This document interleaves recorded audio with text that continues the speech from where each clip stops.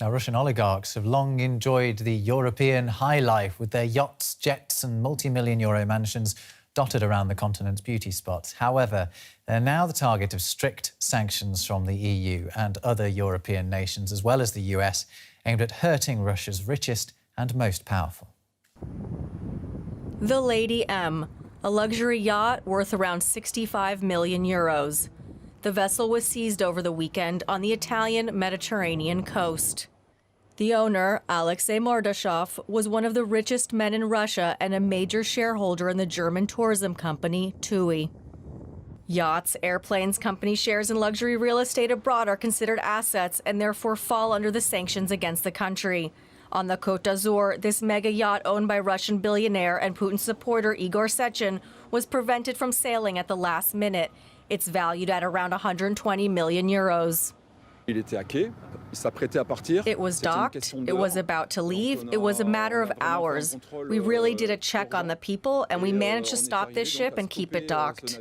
It belongs to a highly placed personality in Russia, and it's a part of the people the economic sanctions are inflicted upon.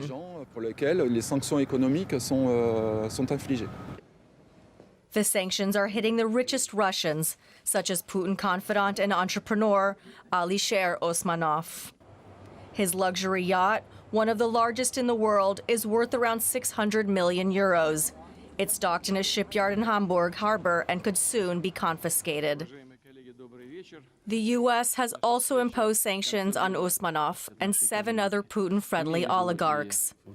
These include Nikolai Tokarev, the head of energy giant Transneft, as well as billionaire Arkady Rotenberg and his brother. There are also visa restrictions on 19 other Russian billionaires.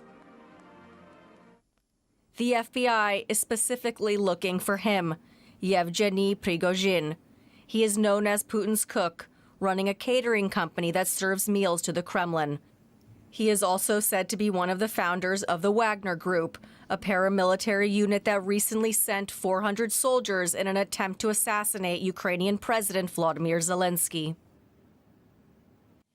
So oligarchs under a lot of pressure. Well, we can now speak to Anna Grossman. She lectures in governance and entrepreneurship at Loughborough University in the UK. It's great to have you on the programme. Can you just explain to us the rationale behind targeting specifically oligarchs? Well, the Russian economy is organized in a network of interconnected owners and the government. So it's extremely concentrated economy as well, meaning that very few individuals control large chunks of the economy. So even targeting 300 individuals is very detrimental to the whole economy.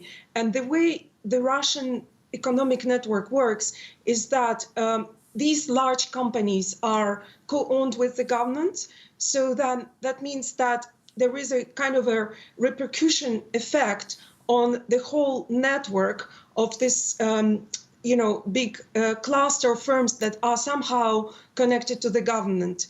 So that means that the impact will be very important. And so do these oligarchs have a lot of sway over Vladimir Putin himself? Can they change his behaviour if they are hit particularly hard? I believe that not necessarily. I do not have this information. However, I think that targeting large companies does have very detrimental effect on the Russian economy. So in terms of sanctions, they have been extremely tough comparing to the previous sanctions in 2014. And in particular, also targeting banking assets abroad, which prevents these large companies, often multinationals that are owned by these wealthy individuals, to be financed and refinanced. So the repercussion of these sanctions on individuals these days are much larger, much more detrimental. Yeah, what sort of impact is it having on the oligarchs? We've been talking about cruise ships being taken off them and bank accounts being frozen, but on their day-to-day lives, is that a big impact? Well, I cannot comment on their day-to-day lives, but I think that in terms of their kind of business opportunities, the refinancing of their companies, the repercussion will be big because they ultimately have financial goals at heart. They're running those big companies and they need to be profitable, they need to be financed. So the fact that they do not have any more access to financial markets essentially prevents them from being fully operational. So that, will have a very big repercussion on the Russian economy, on the employees and on all the other stakeholders around these companies. Right, so it's them as figureheads for these gigantic companies that makes them an important target. Anna Grossman from Loughborough University, thank you very much. Thank you.